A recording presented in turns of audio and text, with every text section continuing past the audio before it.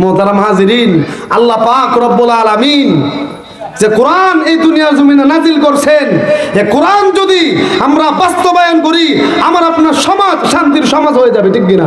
ঠিক। আজকে আমার আপনার সমাজে ধর্ষণ হয়, আমার আপনার সমাজে ইফটিজিং হয়।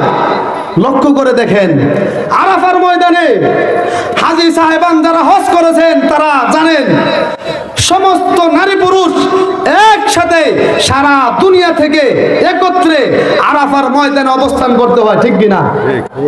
আজও পর্যন্ত কোন সাংবাদিক একটা রিপোর্ট করতে পারে নাই যে আরাফার ময়দানে একটা ধর্ষণ, একটা ইফটিজিং হয়েছে। আল্লাহু আকবার বলেন। আল্লাহু আকবার। মোহতারাম হাজিরিন, আরাফার ময়দানে কোরআন আছে। আরাফার ময়দানে কোরআন থাকার কারণে, আরাফার মাটিতে, আরবের মাটিতে কোরআনের বিধান থাকার কারণে জেনা আমার আপনার সেখানে নাই, ঠিক কিনা? আজকে কোরআন যদি সমাজে থাকতো, আত্মহত্যা থাকতো না। ঠিক। আল্লাহ কোরআনে বলেন, লা তাকতুলু আনফুসাকুম, তোমরা নিজেরা মইরো না, নিজেদের জান নিজেরা শেষ করে দেও না। আত্মহত্যা।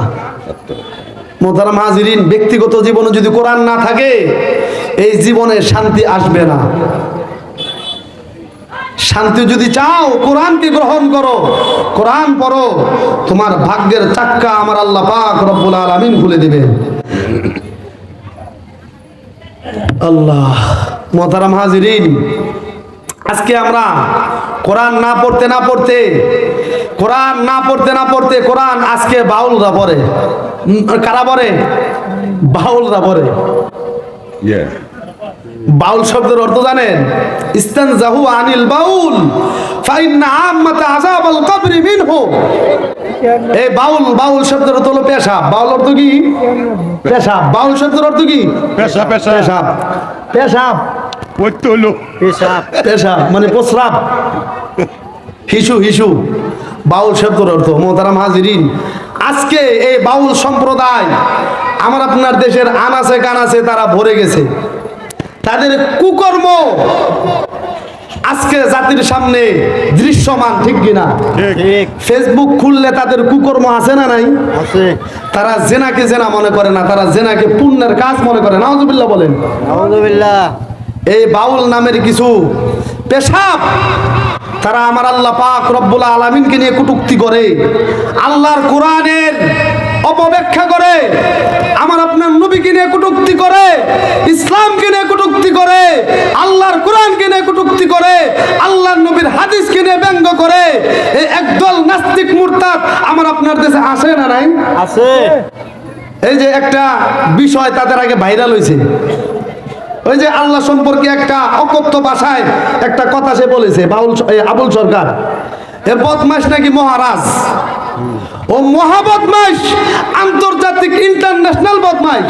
এ বদমাশ সে বলে, আমি ওই গানটা পালা গানটা পুরাটা ইউটিউবে সার্চ দিয়ে নামায় দেখছি। সেখানে দেখলাম এক পেশাব, অর্থাৎ এক বাউল এক পেশাব আরেক পেশাবকে প্রশ্ন করে, অর্থাৎ আবুল সরকারকে প্রশ্ন করে। কি প্রশ্ন? যে বাবা, কোরআনে সূরা নাসের মধ্যে এত নাচ কে? আমি আপনার কাছে জানতে চাই, ওই বদমাশের বাচ্চা জীবনে কোরআন পড়ে নাই, কোরআন ধরে নাই, নরপশু জানোয়ার, সে বলতেছে আল্লাহ নাকি কোরআনে নাচার জন্য বলেছে। নাউজুবিল্লাহ বলেন। নাচ শব্দের শাব্দিক অর্থ কি? মানুষ। কি নাচ অর্থ কি ভাই? মানুষ। ওই জানোয়ার জানে না নাচ অর্থ যে মানুষ। ও জানোয়ার, কুখ্যাত নরপশু, যে আমার আল্লাহকে নিয়ে কটূক্তি করে। মোহতারাম হাজিরিন, এই দেশে যদি ইসলামী শাসন থাকতো, কোরআনের আইন থাকতো, এই নরপশু যেখানে আল্লাহকে নিয়ে কটূক্তি করেছে, নবীকে নিয়ে কটূক্তি করেছে, আল্লাহর কোরআনের অপব্যাখ্যা করেছে, আল্লাহর কোরআনের বিধান যদি থাকতো, সেখানে তার জিহ্বা টেনে ছিঁড়ে কুকুরকে খাওয়াই দেওয়া হতো, ঠিক কিনা? ঠিক।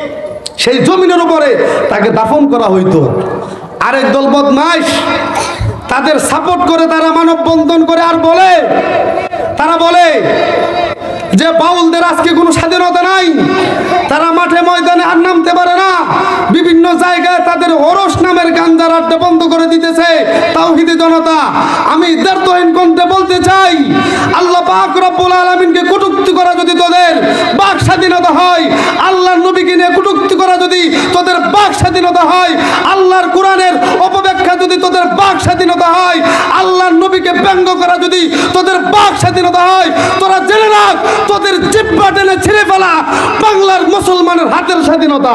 ঠিক মোহতারাম হাজিরিন, আজকে আমার আপনার দেশে যদি একজন ওমরের মতো শাসক থাকতো, ওই বদমাইশ এই দুনিয়ার জমিনে টিকে থাকতে পারতো না, ঠিক কিনা? ঠিক